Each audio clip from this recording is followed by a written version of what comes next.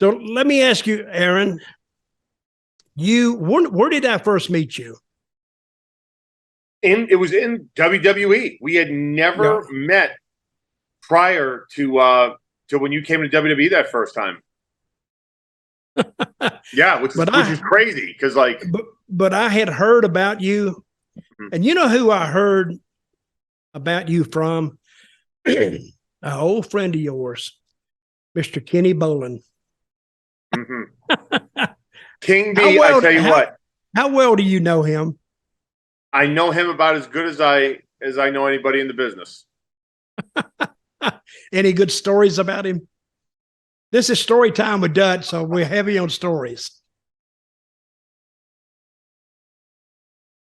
When he was on, did he tell any stories about me?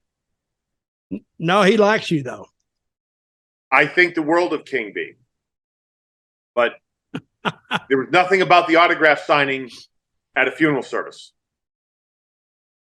What is that? Here's the Kenny Bolin story. All right, fans, get ready for this. And God is my witness. This was how I remember it. King B's, I believe, was his brother, half brother Timmy John, who consequently was raised by Colonel and Claudia Sanders, but that's a whole nother show. And I'm talking about the Colonel Sanders from KFC, but yeah. Later on, like Timmy John's brother or father, someone had passed. So to show now, who is Timmy John? King B's half brother. Okay, Kenny Bolin. Yes. So to show respect for Timmy John, King says, I think it'd be a good idea if we all came. And I was wrestling for OVW at the time. And you know, I used to go. There used to be free meals with King B. He'd go and hook it up at you know, some kind of restaurant. There'd be all kinds of Applebee's and the different things, Texas Roadhouses involved and everything like that. That King would go and get the hookup, and we'd leave like a $10 tip or something like that, and eat like, you know, like kings, no pun intended. But I'm sorry, I'm digressing. We go to Eminence, Kentucky, which is about just probably 20 miles or so outside of Louisville. And we drive there, and he's got this Cadillac. And it's a pearl Cadillac with black tinted windows. The license plate says King B. Now, OVW, it's a regional television show, but it's a pretty popular show. I mean, people watch that. They know who everybody on the show is, especially in these, you know, the towns outside of Louisville, which is they don't get as many stations, whatever. So we go there, and this is unlike anything I've ever seen, because I'd never been to and it was a wake, you know, where they view the body, right? And this was, you know, again, little country, little southern. Wait a minute. So you were going a wake? Yes. You were going to a wake? Yes. Did you know that when you left? Well, 100%, because I'd met his brother a few times, and like it would mean the world to Timmy John if you went. Yeah. And you know what? Fine. I'll go. I'll, you know, try to be sympathetic, because I get it, man. You know, like losing someone close to you, it sucks. But we go there. Now, I don't think of this, because everywhere I've ever gone with King B, he's brought that briefcase. And this is not just a regular briefcase. It's a briefcase that on one side has, I don't know what you call it. If it's not screen printed, it's etched or engraved or whatever. It says Star Maker, because he was Kenny the Star Maker Bolin. And on the flip side, BS for Bolin Services, and the S is a giant money sign. Now, I don't think about this, but he brings his briefcase in to the service. Right now, I go down. I'm a Catholic. I go down there. I kneel down and say a prayer and whatever. And there's other people, and, you know, meeting everybody, the family. All of a sudden, King goes, "Hey,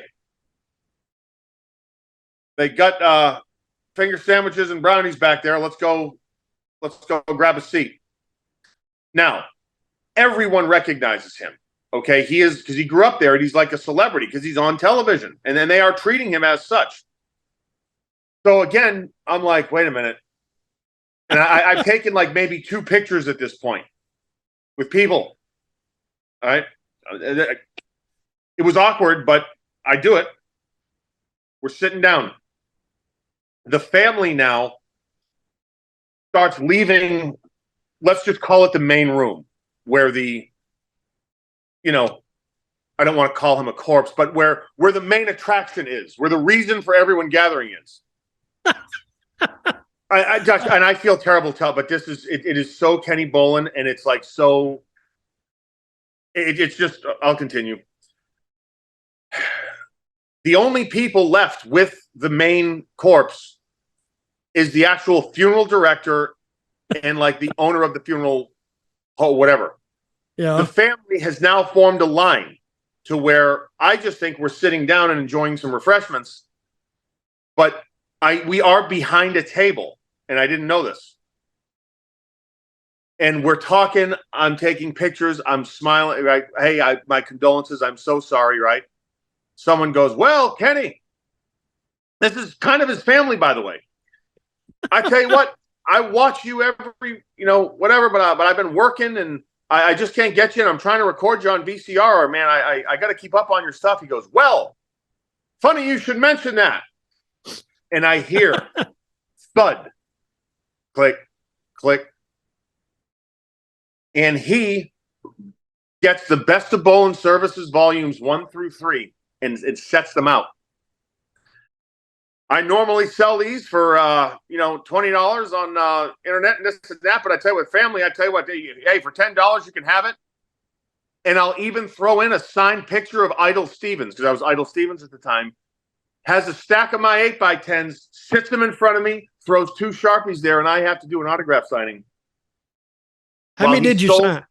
How many did you sign? Probably, enough to feel awkward. Like I'd say around maybe 20, 30-ish. I don't know, like around that area. It was well over 15. James, you ever heard this story? No. You ever heard anything like this story? No, I've not. Well, that's Kenny Bolin. No, and the thing is, though, they were so happy that he did, and he did something good for them. Like they were happy to see him, and he made them feel good. He did give them a discount on the DVDs, but like at the end of the day, he made $1 and made other people's day. So it's like, okay, go on. Now again, there's so many other stories about him, some not that didn't end as well. But he's again somebody that I do. People have their opinion of him, but I really do love him. Well, let me ask you this. Kenny Bolin, I call heat magnet. He can get, I told him the other day, I was talking to him, and I said, Kenny, if you could get as much heat out on the floor as you get in the dressing room, you'd sell out everywhere. But he did get heat out on the floor because people legitimately hated Kenny Bolin. And he's easy to hate. I mean, Cornette's easy to hate too. And that's why he got into managing. He followed Cornette. Then they had a big falling out. And we covered that on the show that when he was on. But there's not a dull moment with Kenny Bolin. He will entertain you. Oh, absolutely. And I tell you what, because I'm into managing now. Like I will always be, Jimmy taught me so much in terms of like Jim Cornette, Rip Rogers. I owe both of them a lot, but I take a couple Bolinisms. I'm not going to lie. Like there are things that King has done as a manager that, I mean, he's been spot on with. And I also think as a commentator, him and Dean Hill were one of my favorite commentary teams like ever in the business. And I'm like, I consider myself fortunate that like they've called the majority of my matches in OVW. And I thought they were great, both of them.